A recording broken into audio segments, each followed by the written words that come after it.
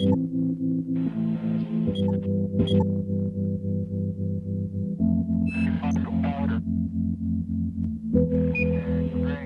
आपको प्रोग्राम में फिर खुशामदीद कहता हूँ नाज़रीन, और सिलसिला वहीं से शुरू करते हैं।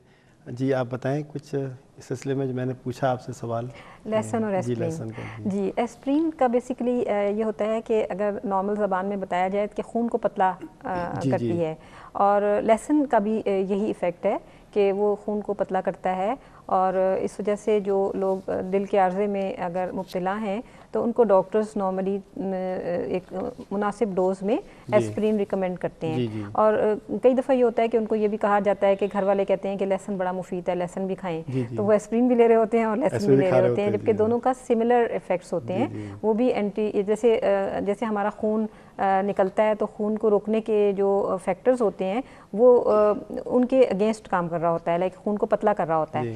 तो जो है ना एस्प्रीन का भी वही इफेक्ट होता है, एंटी प्लेटलेट इफेक्ट होता है, एग्रीगेटिंग इफेक्ट, एंड लेसन का भी वही इफेक्ट है।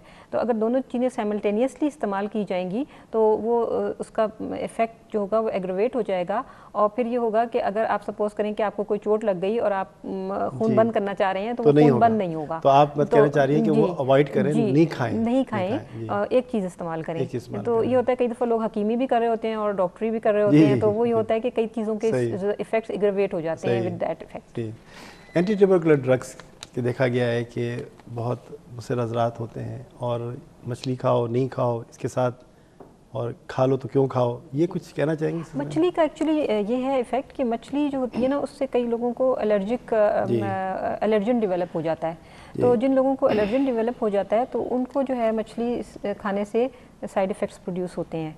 और ख़ास तौर पे जो एंटी ट्यूबरकुलस ड्रग है एसोनायाज़िड, उसको अगर मछली के साथ इस्तेमाल करते हैं तो उससे उनको साइड इफ़ेक्ट्स तो नहीं खानी चाहिए या अवॉइड करना चाहिए? अवॉइड अगर उनको कोई जैसे सपोज करें कि वो ले रहे हैं ड्रग्स और उनको लगता है कि मछली खाने से उनको कोई साइड इफ़ेक्ट प्रोड्यूस हो रहा है तो वो ना खाएं, वरना तो मछली में प्रोटीन होता है और बहुत अच्छी फर्स्ट क्लास प्रोटीन है जो कि जब हम बीमार होते हैं तो हमारे इम्यून सिस्टम को बूस्ट अप करती है। जी टमाटर का इस्तेमाल हमारे घरों में बहुत है, सब खाते हैं और शौक़ से खाते हैं, सलाद में खाते हैं।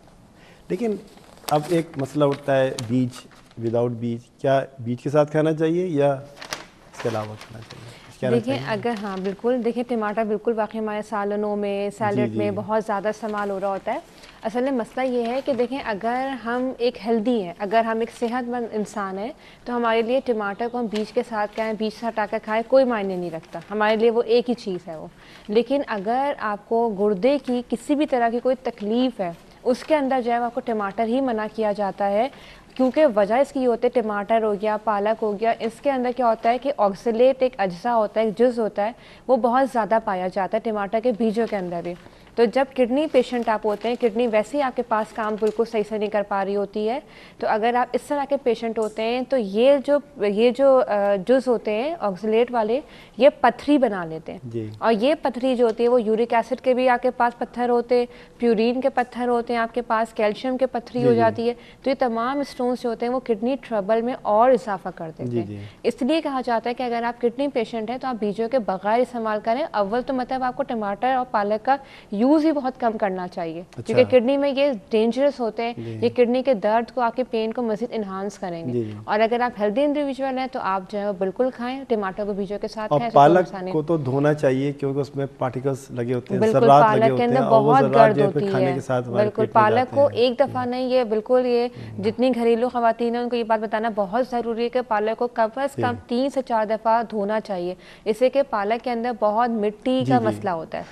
एक लफ्ज़ उठता है फूड पॉइजनिंग, जल्दी से मैं पूछूंगा आपसे कि फूड पॉइजनिंग के क्या तदाबीर हैं, क्योंकि ये बड़ा इंपॉर्टेंट चीज़ है और लोग जानना चाहेंगे। एक्चुअली फूड पॉइजनिंग ये होती है कि ख़राब खाना अगर आप खा लें, जैसे आप किसी रेस्टोरेंट में गए और वहाँ पे रखा हुआ खाना हो जिसमें कुछ बैक्टीरिया डेवलप हो चुके होते हैं और वो जाके जो है आपके अंदर प्रोलिफरेट कर ग्रो कर जाते हैं, या आपने घर में जैसे ख़ास तौर पे चावल की बनी हुई डिशेस या मिल्क की प्रोडक्ट्स जो होते हैं उनको बहुत ज़्यादा नहीं रखना चाहिए, उनको फ़ौरन इस्तेमाल कर लेना चाहिए। उससे फूड पॉइजनिंग हो जाती है, उसमें आपको डायरिया डायरिया, वोमिटिंग, और वो बैक्टीरिया फीवर भी कॉज करते हैं। और इसके लिए होता है कि आपके इलेक्ट्रोलाइट्स आपके अंदर से, जिस्म से जो हैं वो मादनियात और पानी बिल्कुल निकल जाता है और डिहाइड्रेशन हो जाती है, जिसको फिर कवर अप करना बहुत ज़रूरी होता है। उसके लिए फिर एंटीबायोटिक्स भी दी जाती हैं ताकि वो बैक्टीरिया को कवर अप करें। शुक्रिया बहुत बहुत प्रोग्राम में आने का और मुफीद मशवरों, और हमने बहुत कुछ सीखा, और नाज़रीन ने भी,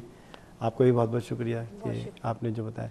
जी नाज़रीन, यकीन प्रोग्राम तो पसंद आया होगा। कोशिश तो फिर भी की है कि सवालात और जवाबात ज़्यादा से ज़्यादा दिए जाएं, लेकिन इसका अहाता करना मुश्किल है। और वक्त के साथ साथ हम ये चाहेंगे कि अगर आपके फिर भी जहन में कोई सवाल है तो मुझे ईमेल करें, SMS करें या फेसबुक पे आएँ, मैं आपको इंशाअल्लाह इसका जवाब दूँगा।